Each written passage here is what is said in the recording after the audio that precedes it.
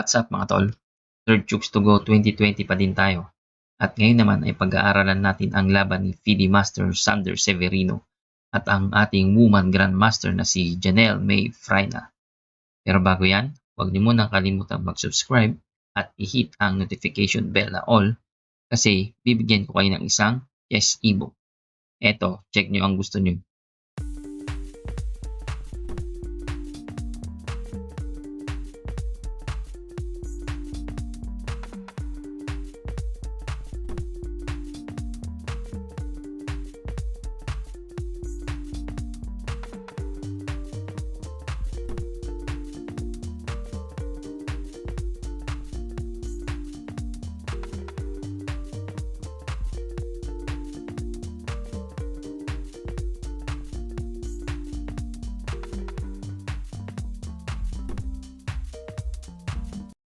Okay, start na po tayo.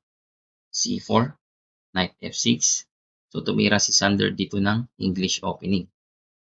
Knight C3, D6. Si Janelle naman ay mukhang mag-set up ng King's Indian dito. E4, E5, G3, Bishop E7, Bishop G2, castles, Knight GE2, Knight C6, D3, D6, H3. So hanggang dito ay bookline pa din. And then tumira yung itim ng H5. Gusto agad bumasag ni Janelle dito ng H4 maya-maya para sirain naman yung king side ng puti dito. Mag-H4 yan maya-maya kapag nakahanap siya ng pagkakataon. Ang common reply naman kasi dito merong Bishop E6 and then Knight D7 para makapag F5 agad. So yan yung mga alternative ng itim dyan. Pero kasi ang move niya ay H5, nag-Bishop E3 naman yung puti. Tapos dito tumira si Janelle ng Knight D4. So yan yung bad move niya kasi ganito yung nangyari. Knight takes D4 and then he takes D4. Bishop takes D4. So nakuhanan si Janelle dito ng isang pawn. Wala naman siyang compensation eh. Naging decisive advantage tuloy yung puti dito. So tuloy natin. Nag C5. Bishop E3. Bishop E6. So develop lang. Queen D2.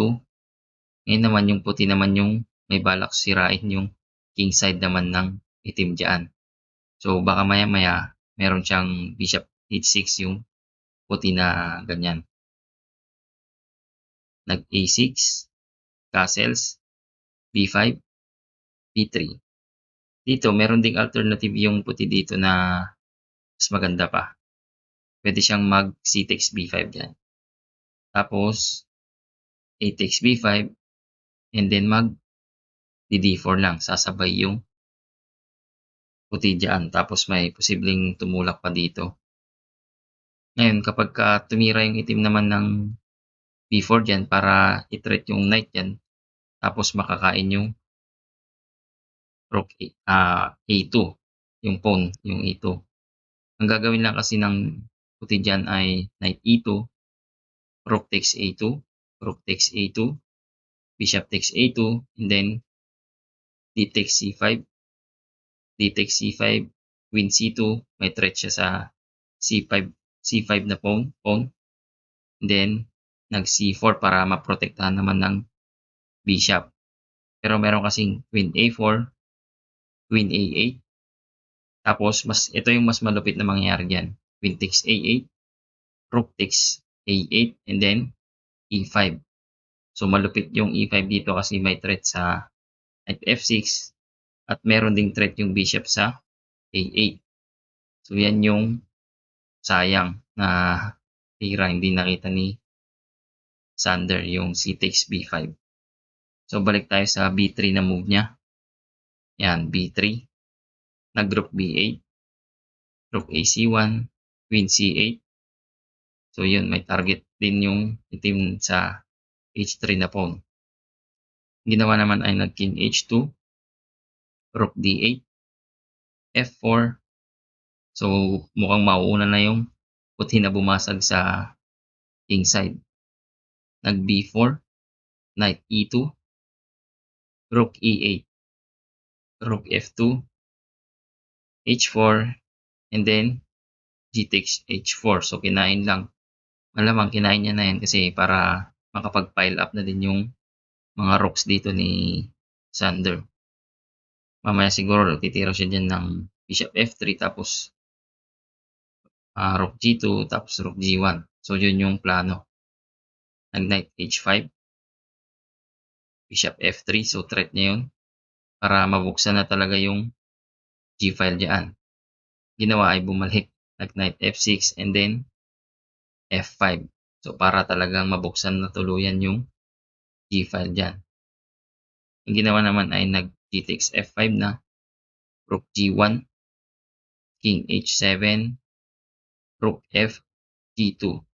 So nag rook F G2 na para talagang ma-dominate na yung G file dyan. Tapos may threat siya sa bishop sa G7. Pero meron ulit chance na hindi nakita na overlook ni Sander dito eh. Merong mas malupit na rook takes G7. Yan. So yan talagang pangpwersahan na yan eh. Talagang mapaparalyze na yung itim dyan. Kasi ganito yung mangyayari kapag kinain ng itim yung rook sa G7. Ito, king takes G7 and then merong malupit na queen B2. Yan.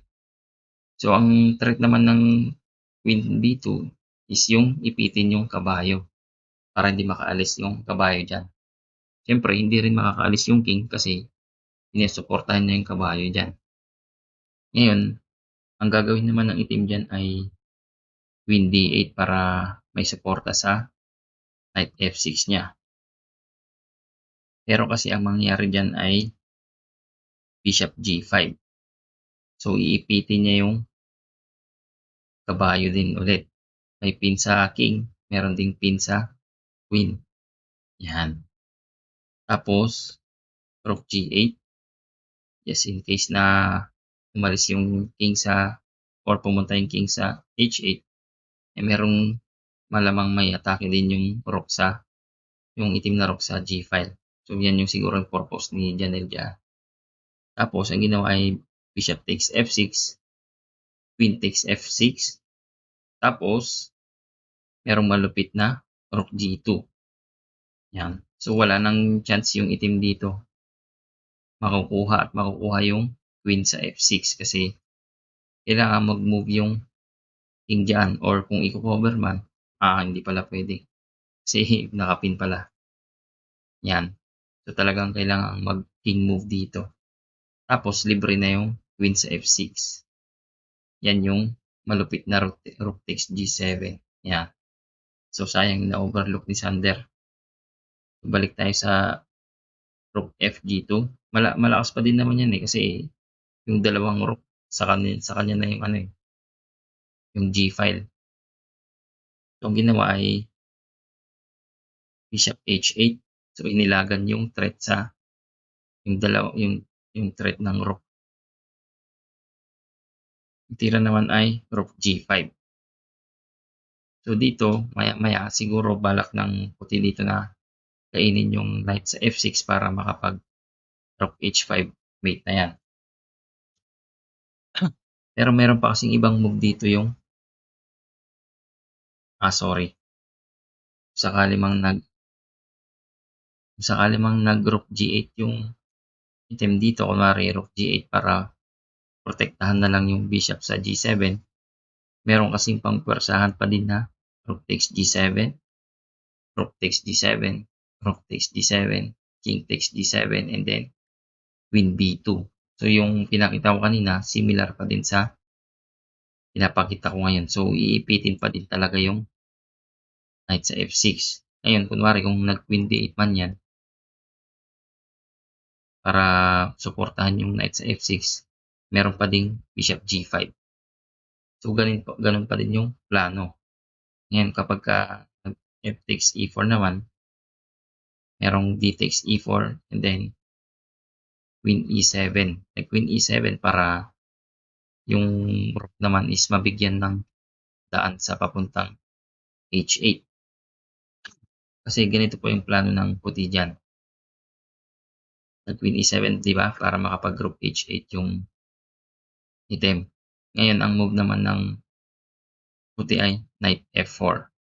So, nag-Knight F4 para makapag-Knight H5 kasi para ma-pin pa lalo yung Knight sa F6.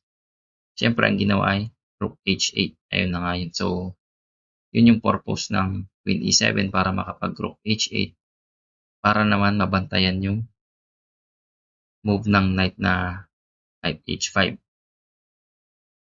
So, ang gagawin naman ng puti dito ay E5 na kapag kinain naman ng puti, yan, it takes E5, merong Queen takes E5.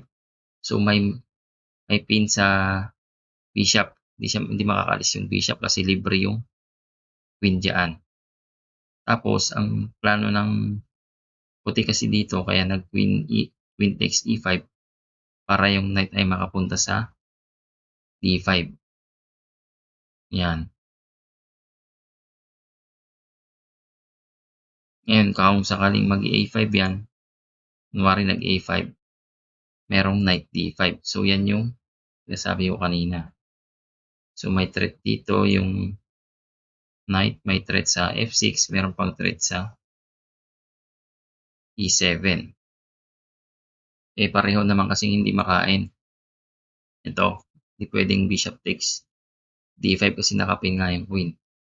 Hindi rin pwedeng knight takes D5 kasi nakapin naman sa king. So, kung sakaling nag-rook H6 para protektahan, meron kasing bishop takes H6, king takes H6, and then queen takes F6, queen takes F6. So, idadaan na lang sa yaman to lamang ng isang pyesa kaya hindi na yan mahirap ipanalo. So, balik tayo sa move ni Janelle na bishop H8.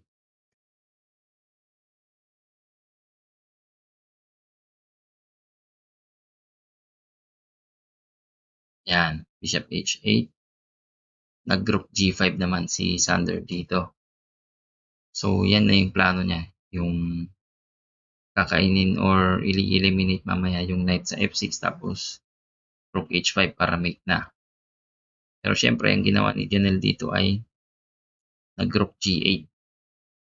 So, siguro, may kapagpalitan na lang para mabawasan yung pressure.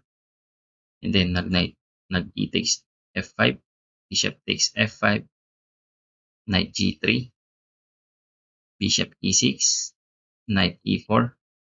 So, ayun na nga yung sinasabi ko kanina para eliminate yung knight sa F6 tapos merong rook H5 checkmate. Yan. Nag-rook G6, H5. So, threat lang sa rook. Yan din yung top choice ni Stockfish.